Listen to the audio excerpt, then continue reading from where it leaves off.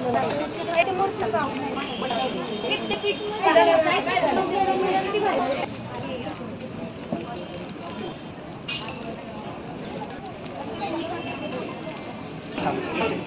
नमस्कार, आपले शांत माणसं ह्या यूट्यूब चॅनलमध्ये हार्दिक स्वागत आहे.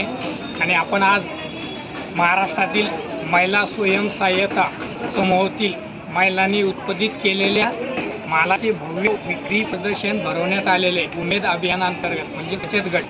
आणि हे अभियान राबवण्याचं काम जिल्हा परिषद मुख्य कार्यकारी अधिकारी विकास मीना यांच्या माध्यमातून आहे.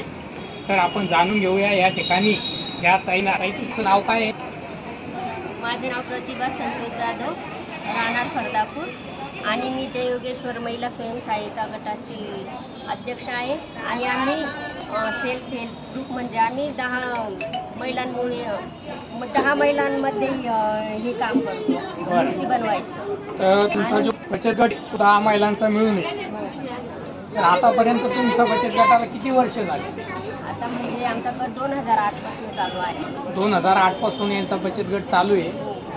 तर त्या बचत गटाच्या माध्यमातून काय काय तुम्ही नवीन उपक्रम केले? आम्ही 2008 मध्ये गटामध्ये आलो आणि 2012 मध्ये मूर्तीचा व्यवसाय चालू केला. तर ह्याला मूर्त्या तयार केल्या. तर इथं छत्रपती शिवाजी महाराज आहे, महाराजांची मूर्ती तुम्ही कशा पद्धतीने तयार केली? म्हणजे ही मूर्ती कशाची, मातीची आहे की पितळी आहे? मार्बल, अँटिक मार्बलची आहे. बरं, हे ताई सांगतात अँटिक मार्बल त्या माध्यमातून. तर ह्या अशा तुम्ही जर मूर्ती बनवलेली आहे, तर ही मूर्तीची किंमत किती आहे? 1200. ह्या मूर्तीची किंमत 1200 आहे. पण कारण आपण महाराजांच्या मूर्तीची किंमत करू शकत नाही, तरी पण हा व्यवसाय म्हणून एक बचत गटाच्या माध्यमातून त्याने स्टॉल लावलेला आहे. तर आपण दुसऱ्याही मूर्त्या पाहणार आहोत. इथं गौतम बुद्धाची मूर्ती आहे, डॉक्टर बाबासाहेब आंबेडकरांची आहे, त्यानंतर भारतीय स्तंभ म्हणजे लोकशाहीचा 4था स्तंभ, आणि त्यानंतर गणपती म्हणजे आपण ज्या कार्याला चांगल्या कामाला सुरुवात करतो तो आपण गणपती बाप्पाला वंदन करतो. अशा ठिकाणी पूर्ण महापुरुष देवदेवतांच्या मूर्त्या आहेत. तर आपण काही तुम्ही बचत गट चालू केला त्यावेळेस तुम्हाला त्या बचत गटातून काय प्रेरणा भेटली आणि तुम्ही बचत गटाबद्दल काय सांगसाल जेणेकरून इतर महिलांना बचत गटाला लाभ घेता येईल आणि त्या गटाचा सदस्य होईल, गट तयार चालू होईल? मी 2008 मध्ये गटामध्ये गेले. त्यानंतर मला गटाची काहीच माहिती नव्हती. पण मग 2012 पासून आम्ही हा उद्योग चालू केला.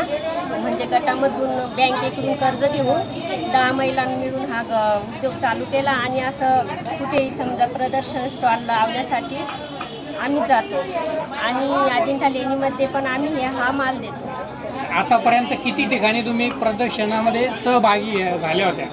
आतापर्यंत मुंबई, संभाजीनगर आणि याच्या व्यतिरिक्त चालूच राहत असे मलकापूर, लातूर.